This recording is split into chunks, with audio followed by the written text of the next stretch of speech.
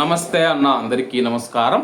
ప్రతిరోజు ministry of interior media సమావేశం నిర్వహించి కువైట్లోని పరిస్థితుల గురించి పూర్తిగా వివరించేదన్నమాట. అలాగే ప్రస్తుతం మనం చూసుకుంటే మినిస్ట్రీ ఆఫ్ ఇంటీరియర్ మీడియా సమావేశం అయితే నిర్వహించలేదు. అలాగే కువైట్లోని వార్తాపత్రికలు కానీ మీడియాలలో కానీ మినిస్ట్రీ ఆఫ్ ఇంటీరియర్ సమావేశం నిర్వహించినట్లు ఎక్కడా కనపరాలేదన్నమాట.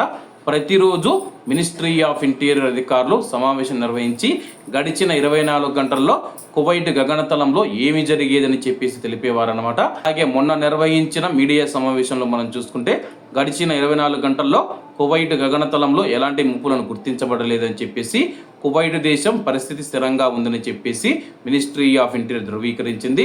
కువైట్ సార్వభౌమత్వం మరియు జాతీయ భద్రతా పరిరక్షణకు నిర్ధారించడానికి ప్రణాళికబద్ధమైన భద్రతా మోహరింపు, ఉన్నత స్థాయి రక్షణ సంసిద్ధత, నిరంతర అప్రమత్తత నేపథ్యంలో ఈ ప్రకటన చేసినట్లు మినిస్ట్రీ ఆఫ్ ఇంటీరియర్ ప్రకటించింది.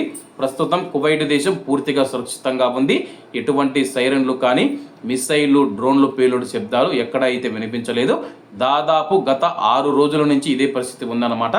ఏప్రిల్ 21వ తేదీ వరకు మనం చూసుకుంటే కాల్పుల విరమణ ఒప్పందం అయితే ఉంది ఇరాన్ మరియు అమెరికా మధ్య. అలాగే అమెరికా అధ్యక్షుడు డొనాల్డ్ ట్రంప్ మాట్లాడుతూ ఒకవేళ కాల్పుల విరమణ ఒప్పందం ఏదైతే ఉందో దాన్ని పొడిగించే అవకాశాలు కూడా ఉన్నాయని తెలిపారు.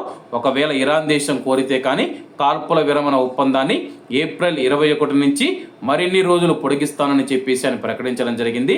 దాదాపు ఈ ప్రాంతంలో యుద్ధం ఆగిపోయినట్లే అన్నమాట.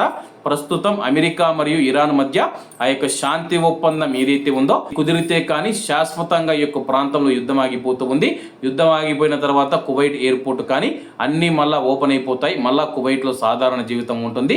వీలైనంత త్వరగా ఈ యొక్క ఒప్పందం కుదరాలని చెప్పేసి మనం అందరం కోరుకుందాం. కాబట్టి అందరూ బాగుండాలి, అందులో మనం ఉండాలి. అందరికీ నమస్తే అన్న, జై హింద్.